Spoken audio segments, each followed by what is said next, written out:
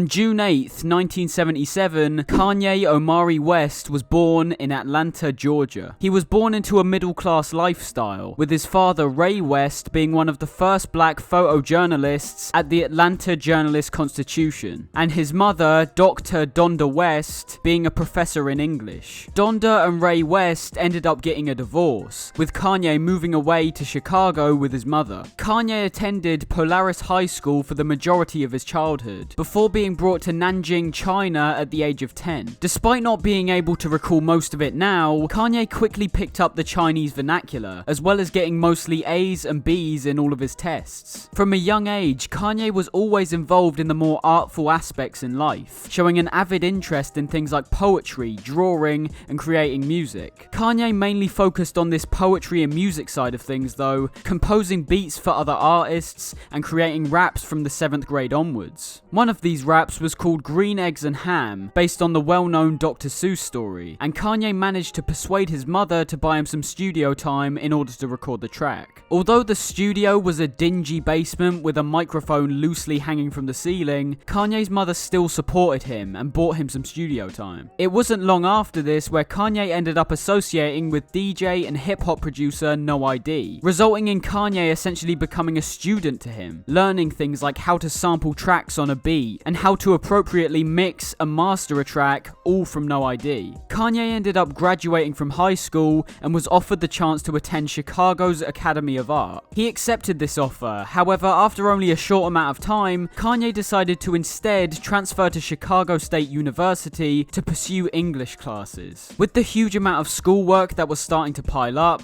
all of which was starting to become tedious and stressful to deal with, it took Kanye's focus away from his true aspirations to become a respected musical artist. So at the age of 20, he decided to drop out and put all of his focus towards his musical dreams. Initially, his mother was not happy with the decision in the slightest, however, eventually warmed to the idea of Kanye following his dreams. Kanye decided that he'd make a name for himself by producing high-quality beats using the techniques that were taught to him by No ID, and give them to other artists to use. One of the first albums he worked on was the debut album of Chicago rapper Grav, named Down to Earth, where we saw Kanye produce 8 of the 15 tracks on the album. This gave Kanye the opportunity to work with other artists that were associated with Grav, making constant connections trying to climb his way up the rap game. He ended up becoming a member of a rap group known as the Go-Getters, working alongside rappers GLC, Timmy G, Really Doe, and Aerostar. However, after only one studio album, which was released in 1999,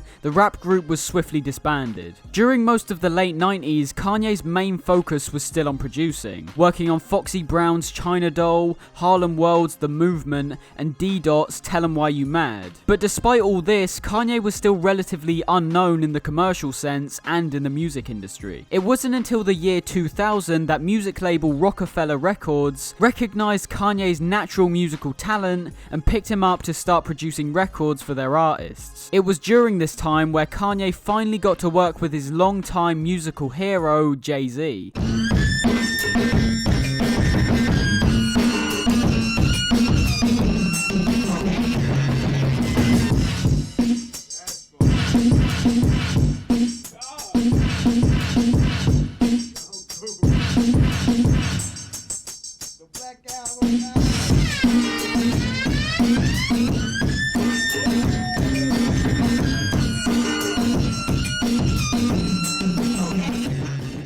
Helping him create what some call one of the greatest hip-hop albums of all time, 2001's The Blueprint. Despite Kanye still being behind the scenes as a producer, due to the sheer commercial and critical success of The Blueprint, a substantial amount of buzz was created around Kanye. During his time at Rockefeller Records, Kanye also worked with other artists like Beanie Sigel, Freeway, and Cameron. However, despite this being good not only for gaining status and getting cash, it still wasn't feeding into what his dreams were. The very dreams that made him drop out of education were starting to be ignored during his time producing, and that was to not only be a producer, but a well-known rap figure. He created several tracks including his rapping and presented it to multiple record labels, however was mostly met with rejections. Kanye was now seen solely as a producer, and if there's one thing we know about Kanye, it's that he never wants to be boxed into a singular title or job.